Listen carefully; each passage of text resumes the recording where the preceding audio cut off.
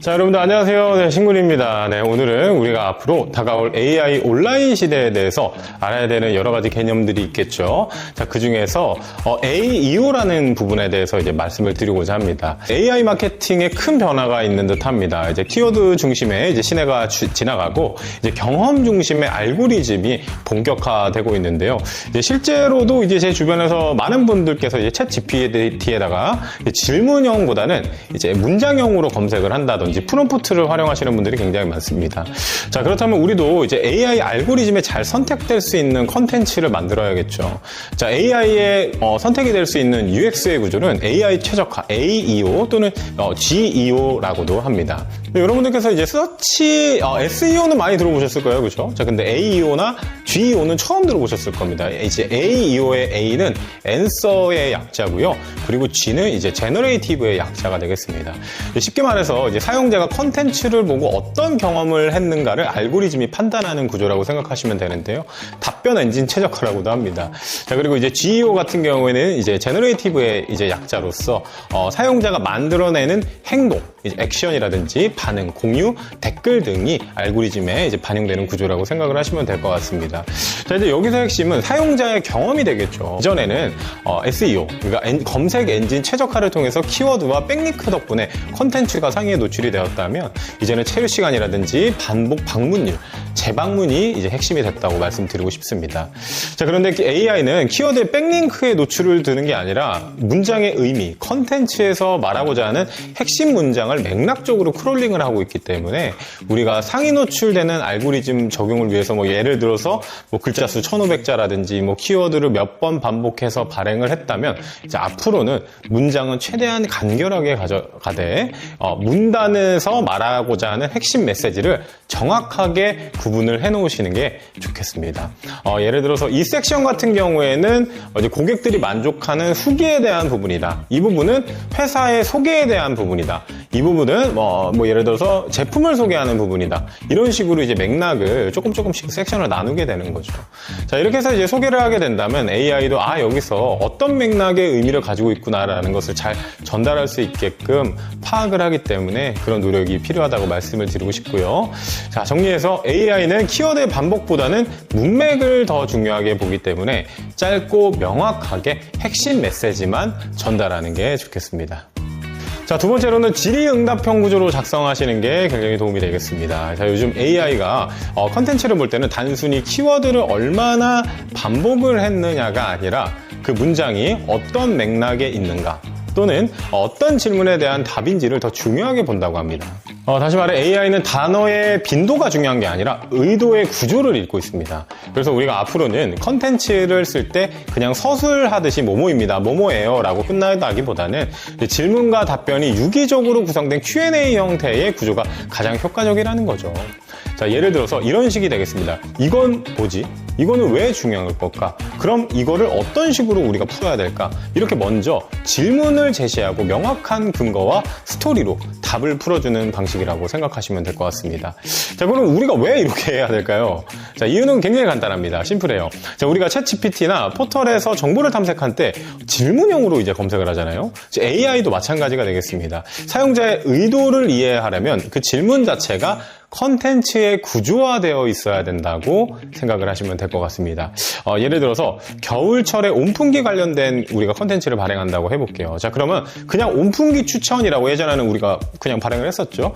자, 요즘은 아닙니다. 사무실 용풍기 추천해줘. 1인 가구에 맞게 온풍기는 뭐가 맞을까? 이런 식으로 질문 형태의 소제목을 달게 되면 AI가 훨씬 더 잘 읽고 더 잘 노출이 된다고 생각하시면 될 것 같습니다.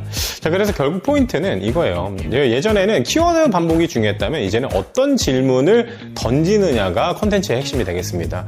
AI는 답보다는 이제 질문을 더 중요하게 생각한다는 점 꼭 기억하셨으면 좋겠습니다.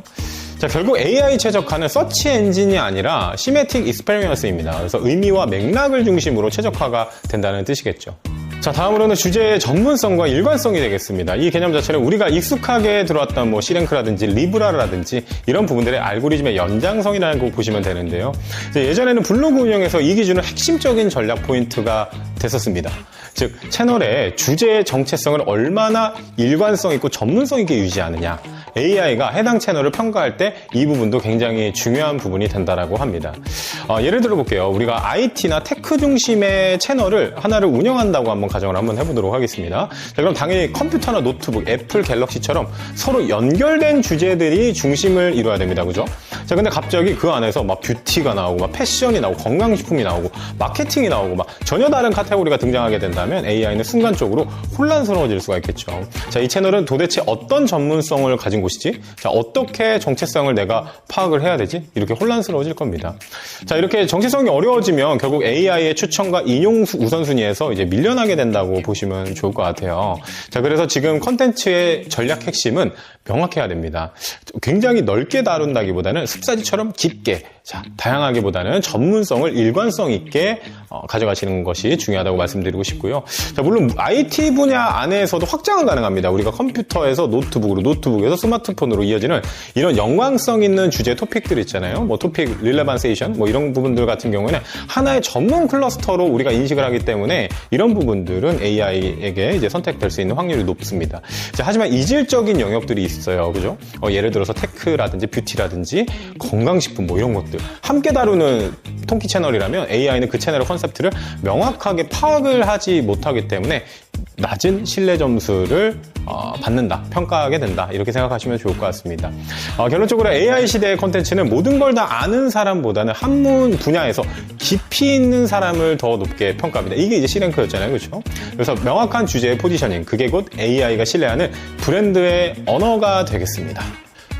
자, 마지막으로 AI는 구조화된 데이터를 선호한다고 합니다. 자, 실제로 여러분들께서 만약에 챗GPT에서 어떤 질문을 하나 던져보면 항상 A-1-1, 1-2, 1-3 이런 식으로 단계별로 정리된 답변을 항상 받게 되죠.